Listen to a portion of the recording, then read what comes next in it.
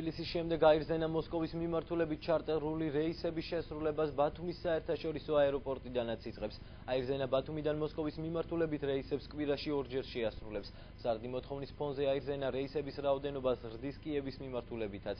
ავიაკომპანია აირზენას ინფორმაციით, დღემდე ბათუმიდან კიევის მიმართულებით რეისები კვირაში 3-ჯერ ხორციელდებოდა, თუმცა მოთხოვნის გამო ავიაკომპანიამ რეისების რაოდენობის დამატება გადაწყვიტა და ამიერიდან ბათუმიდან კიევის მიმართულებით აირზენა ყოველდღიურად იფრენს. ბათუმის მიმართულებით მგზავრთა ნაკადი იზრდება თელ-ავივიდანაც. რეისის განხორციელება კომპანიამ 5 ივნისიდან დაიწყო. რეისები კვირა დღეს სრულდება. ზაფხულის სეზონთან დაკავშირებით ავიაკომპანია აირზენა მგზავრებს თავაზობს ბევრ სიახლეს, კონკრეტულად აჭარის რეგიონთან მიმართებაში.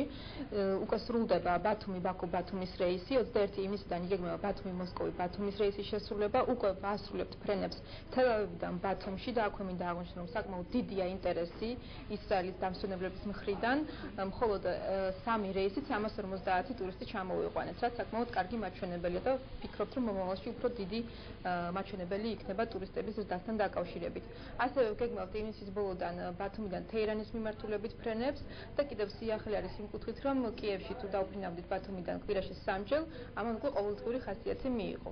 აქვე სტატისტიკასაც თუ გადავხედავთ, მხოლოდ 1 კვირის განმავლობაში აღნიშნული რეისებით აირზენას თვითმფრინავით ბათუმში 750 ტურისტი ჩავიდა. ვფიქრობთ, რომ ამ ფრენების დამატებით ჩვენ რეგიონში ტურიზმის განვითარებას აქტიურად შევუწყობთ ხელს.